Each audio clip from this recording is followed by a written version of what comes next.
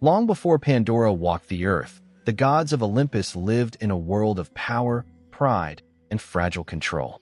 Zeus sat on his throne, king of gods, master of lightning, ruler of heaven and earth. And yet, he was afraid.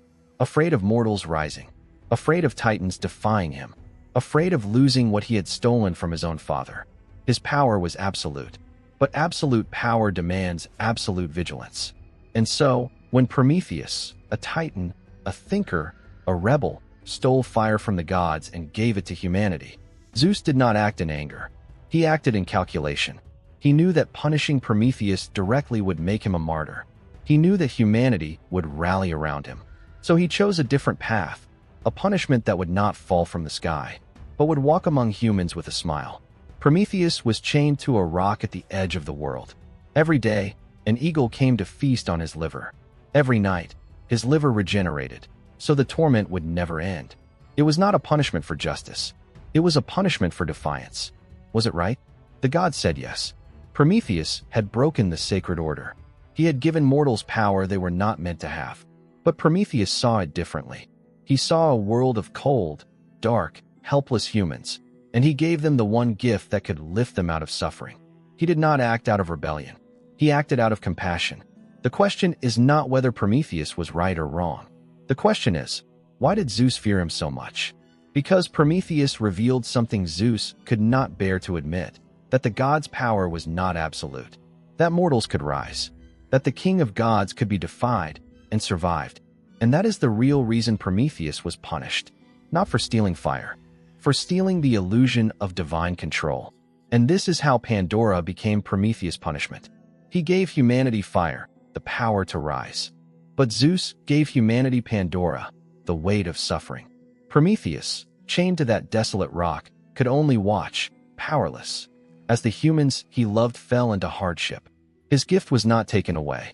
It was overshadowed. And that was the cruelest punishment of all. Zeus needed a new kind of punishment, one that would not provoke defiance, but would silence it. He would not attack humanity. He would infiltrate it. So he called upon the gods of Olympus, each to contribute a gift, each to weave a thread into a tapestry of deception. Aphrodite gave her beauty, so that mortals would trust her. Athena gave her wisdom, so that mortals would respect her. Apollo gave her grace, so that mortals would admire her. Hermes gave her persuasion, so that mortals would believe her. And Zeus gave her the most dangerous gift of all, curiosity. The combined shape of all these gifts, woven together into a single being, was named Pandora. Curiosity is not a flaw. It is the engine of discovery. It is what makes humans ask, explore, and grow. But when curiosity is placed in a world where truth is forbidden, it becomes a weapon. The gods called her Pandora, the all-gifted. But her true purpose was hidden even from herself. She was not a woman. She was a trap. Pandora was sent to Earth, not as a punishment, but as a presence. She was beautiful, gentle, captivating, and she carried with her a sealed jar, a container of unimaginable power. She was given one instruction: never open it. But the gods knew she would, because the same curiosity that made humans dream, build, and explore, that same drive, would eventually lead her to lift the lid. She did not open it to release evil. She opened it because she had to know. When the darkness erupted, greed, envy, hatred, disease, sorrow, fear, Pandora did not rejoice. She wept. But as the darkness cleared, she saw one thing remaining at the bottom of the jar: hope. And in that moment, something shifted. Pandora realized she had not cursed humanity. She had given it the one thing that makes suffering bearable. Hope is not the opposite of suffering. It is the companion that walks beside it. Prometheus gave humanity fire, the spark of knowledge. It was the moment mortals stopped fearing the dark and began shaping their own destiny. Zeus gave humanity Pandora, the spark of choice. But it was a choice wrapped in deception, hidden inside a gift they never asked for. Pandora gave humanity hope, the spark of endurance, not to erase suffering, but to give them the strength to carry it. 3 figures, 3 gifts, 1 story, bound together across time, each shaping the destiny of the other. Prometheus was punished for his defiance, but his punishment gave Zeus an idea. Zeus created Pandora to complete that punishment, But in doing so, he created the possibility of hope. Pandora was not a victim.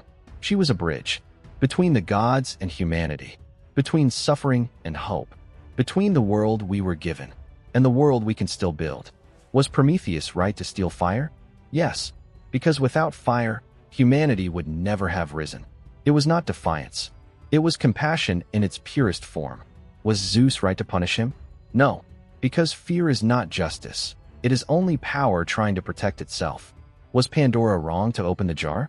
No, because curiosity is not a sin, it is a gift. And without curiosity, hope would never have been found. The story of Pandora is not a story of blame. It is a story of inheritance. We inherited suffering, but we also inherited hope. We inherited fear, but we also inherited courage. We inherited the weight of the world, but we also inherited the strength to carry it. So here we are, at the end of a story that began with a question. Was Pandora ever given a choice? And we have arrived at an answer far deeper than a myth. Because this story is not about a jar. It is about the stories we tell ourselves, about the gifts we are given and the ones we create, about the suffering we endure and the hope we choose. If something stirred inside you today, don't let it fade. There is more beneath the surface, and we will uncover it together, because the most valuable thing you will ever own is the awareness you build along the way. Subscribe, join us, and let's keep discovering together.